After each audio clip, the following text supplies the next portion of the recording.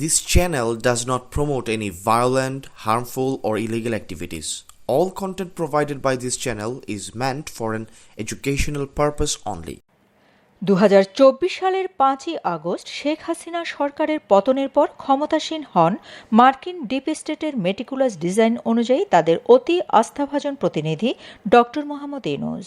ক্ষমতাকে দীর্ঘায়িত করার কৌশল হিসাবে সংস্কারের নামে দীর্ঘ 18 মাস ধরে ক্ষমতায় ছিলেন ডক্টর মোহাম্মদ ইউনূসের নেতৃত্বাধীন অন্তর্বর্তীকালীন সরকার। জারি করেন 133টি অধ্যাদেশ। এর মধ্যে 20টি গুরুত্বপূর্ণ ও জনকল্যাণকর অধ্যাদেশ আইনের রূপ দিতে সংসদে উপস্থাপন না করে বাতিল করার সিদ্ধান্ত নিয়েছে সদ্য তারেক রহমানের নেতৃত্বাধীন ক্ষমতাসীন বিএনপি সরকার।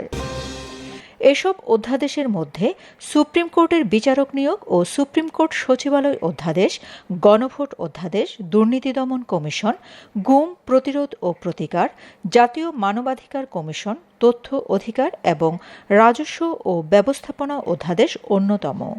এর প্রতিবাদে জামায়াতে ইসলামী, এনসিপি সহ 11 দলীয় বিরোধী দল শনিবার আনুষ্ঠানিকভাবে রাজপথে নেমেছে, দেখিয়েছে বিক্ষোভ। ফলে রাজনীতিতে দেখা যাচ্ছে অস্থিরতা, মেঘের ঘন ঘটা। সংবিধানের 93 অনুচ্ছেদ অনুসারে সংসদ না থাকলে রাষ্ট্রপতি অধ্যাদেশ জারি করতে পারেন, কিন্তু সংসদ কার্যকর হওয়ার পর 30 দিনের মধ্যে ওই অধ্যাদেশ আইনে রূপ দিতে হয়। সেই আইনে রূপ দেওয়া সম্ভব না হলে অধ্যাদেশগুলো স্বয়ংক্রিয়ভাবে বাতিল হয়ে যায়। রাষ্ট্র সংস্কারে গত 1.5 বছরে 133টি অধ্যাদেশ জারি করে অন্তর্বর্তী সরকার। এসব অধ্যাদেশ 9 এপ্রিলের মধ্যে সংসদে বিল আকারে পাশ না হলে তা বাতিল হয়ে যাবে। প্রসঙ্গত, গত 12ই ফেব্রুয়ারি নির্বাচনের পর বিএনপি সরকার গঠন করে 17ই ফেব্রুয়ারি। 12ই মার্চ সংসদের প্রথম অধিবেশন শুরু হয়। এ সময়ে অন্তর্বর্তী সরকারের জারি করা অধ্যাদেশ মূল্যায়নে একটি বিশেষ কমিটি গঠন করা হয়। 13 সদস্যের এই বিশেষ কমিটির 10 জনই বিএনপির এবং বাকি 3 জন জামায়াতে ইসলামীর সংসদ সদস্য। কমিটির সভাপতি advocate Zainul Abedin. Committee 1 April সুপারিশ জমা দিয়েছে। এতে 133টির মধ্যে 98টি অধ্যাদেশ হুবহু পাশ করতে বলা হয়েছে। 15টি অধ্যাদেশ সংশোধিত আকারে সংশ্লিষ্ট মন্ত্রণালয়ের মাধ্যমে সংসদে বিল উত্থাপনের জন্য সুপারিশ করেছে।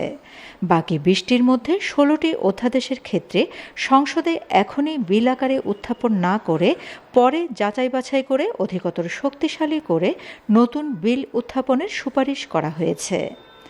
4টি অধ্যাদেশ বাতিল করার সুপারিশ করা হয়েছে, অর্থাৎ এই 20টি অধ্যাদেশই বাতিল হয়ে যাচ্ছে।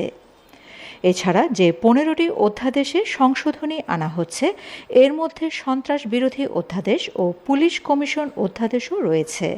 তবে যেসব অধ্যাদেশ বাতিল বা সংশোধন করা হচ্ছে তার সবগুলোতেই নোট অব ডিসেন্ট বা আপত্তি দিয়েছে বিশেষ কমিটিতে থাকা জামায়াতের 3 সদস্য। অধ্যাদেশ মূল্যায়নে গঠিত বিশেষ সংসদীয় কমিটির প্রধান ও বিএনপির vice chairman advocate Zainul Abedin বলেছেন, সংসদ সার্বভৌম, সংসদ সদস্যরা জনগণের দ্বারা নির্বাচিত। ফলে তারা চাইলে কোনো অধ্যাদেশ রাখতে পারেন, আবার বাতিলও করতে পারেন। তবে আমরা কোনোটাই বাতিল করিনি। কিছু অধ্যাদেশ ল্যাপস বা অকার্যকর হয়ে যাবে, এগুলো আবার বিল আকারে উত্থাপিত হবে। বাংলাদেশ জামায়াতে ইসলামীর সহকারী সেক্রেটারি জেনারেল হামিদুর রহমান আজাদ বলেছেন, যেসব অধ্যাদেশ বাতিল করা হচ্ছে সেগুলো জনগুরুত্বপূর্ণ। এই অধ্যাদেশগুলো জারি করার কারণ হলো ওই বিষয়ে বিদ্যমান যে আইন রয়েছে তা ফ্যাসিস্ট সরকারের আজ্ঞাবহ। অন্তর্বর্তী সরকার তাদের প্রতিশ্রুতি অনুসারে আজ্ঞাবহ আইন পরিবর্তনের অংশ হিসেবে অধ্যাদেশ জারি করেছে, কিন্তু সেগুলো বর্তমান সরকার আইনে রূপ না দিয়ে বাতিল করতে যাচ্ছে। সুশাসনের জন্য নাগরিক সুজনের সম্পাদক ও সংস্কার কমিটির সদস্য ডক্টর বদিউল আলম মজুমদার বলেছেন, গুরুত্বপূর্ণ ও জনকল্যাণকর বেশ কিছু অধ্যাদেশ আইনে পরিণত করছে না সরকার। এই আচরণ কাম্য নয়, কারণ এর মাধ্যমে সংস্কারের ব্যাপারে সরকার আন্তরিক কিনা সেই প্রশ্ন সামনে আসছে। জুলাই আন্দোলনে যারা জীবন দিয়ে স্বৈরাচারকে বিতাড়িত করেছে তাদের আত্মত্যাগের প্রতি সম্মান দেখানো হচ্ছে না। দক্ষিণ এশিয়ার ইতিহাস বিষয়ক গবেষক আলতাফ পারভেজ এই বিষয়ে প্রতিক্রিয়ায় বলেছেন, সংস্কার আর হচ্ছে না, অর্থাৎ সংস্কারের বিষয়ে আমরা স্কয়ার জিরোতে চলে গেলাম। তিনি বলেন, জুলাই অভ্যুত্থানের আলোকে সংস্কারের যে আকাঙ্ক্ষা ছিল, 18 মাস ধরে যে প্রস্তুতি নেওয়া হলো তা আর বাস্তবায়ন হলো না। তার মতে 12 ফেব্রুয়ারির নির্বাচনের মাধ্যমে একটা রেজিম বা ক্ষমতা পরিবর্তন হলো মাত্র, এটুকুই অর্জন। জনগণের প্রত্যাশা অনুসারে রাষ্ট্র, প্রশাসন এবং আইনকানুনের সংস্কার খুব একটা হলো না। তিনি বলেন, ঔপনিবেশিক শাসনের থেকে বেরিয়ে আসতে যে সংস্কার প্রয়োজন তা আর হলো না। আমরা আবার 2024 সালে ফেরত গেলাম। মাঝখানে 2 বছর নিষ্ফল চলে গেল।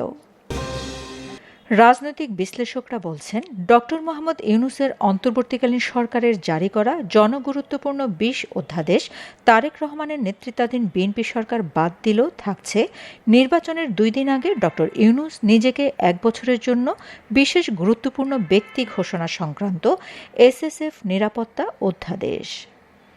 Shamima Chowdhury Shammi, BNA news 24।